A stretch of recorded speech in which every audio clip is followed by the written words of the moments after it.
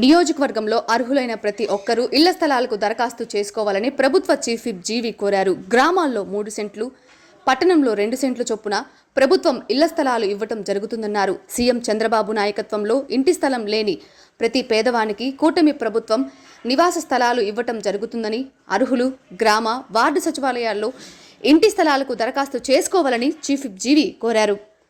ప్రజలందరికీ నమస్కారం. ఈరోజు ఇళ్ల స్థలాలు లేనటువంటి వాళ్ళు పేదలు చాలామంది ఉన్నారు. 1 సెంటు సరిపోదు, కనీసం 3 సెంట్లు అవసరమని చెప్పి మన ముఖ్యమంత్రి చంద్రబాబు గారు ఆలోచన. దాని ప్రకారం రానున్న 2 సంవత్సరాల్లో ఇళ్ల స్థలాలు ఇవ్వటం కోసం ఇప్పుడు దరఖాస్తులు స్వీకరిస్తున్నాం. ప్రతి సంవత్సరం కొన్ని ఇళ్ల స్థలాలు పేద ప్రజలకు ఇస్తాం.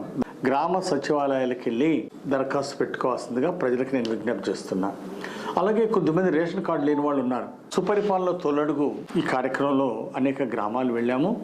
కొంతమంది పేద ప్రజలు మాకు ఇంకా రేషన్ కార్డు లేదు, గత ప్రభుత్వంలో కూడా మేము అడిగాము, మాకు రేషన్ కార్డు ఇవ్వలేదని చెప్పి చెప్తున్నారు. తప్పనిసరిగా గత ప్రభుత్వంలో ఎవరికైతే ఇవ్వలేదో రేషన్ కార్డు లేనటువంటి వాళ్ళందరూ కూడా రేషన్ కార్డుకు దరఖాస్తు పెట్టుకోవాల్సిందిగా నేను విజ్ఞప్తి చేస్తున్నా. తప్పనిసరిగా ఎన్డీఏ ప్రభుత్వం ముఖ్యమంత్రి చంద్రబాబు గారి నాయకత్వంలో అర్హత ఉన్న పేదవాళ్ళకి రేషన్ కార్డులు ఇస్తాం. అర్హత ఉన్న వాళ్ళకి తర్వాత పెన్షన్లు కూడా అందించడం జరుగుతుంది. ఇల్లు బిల్లులు రాని వాళ్ళు ఎవరైతే ఉన్నారో వాళ్ళకు కూడా రేపు డిసెంబర్లో కానీ జనవరిలో కానీ ఇల్లు బిల్లులు కూడా అందించడం జరుగుతుంది. అందరికీ నమస్కారం.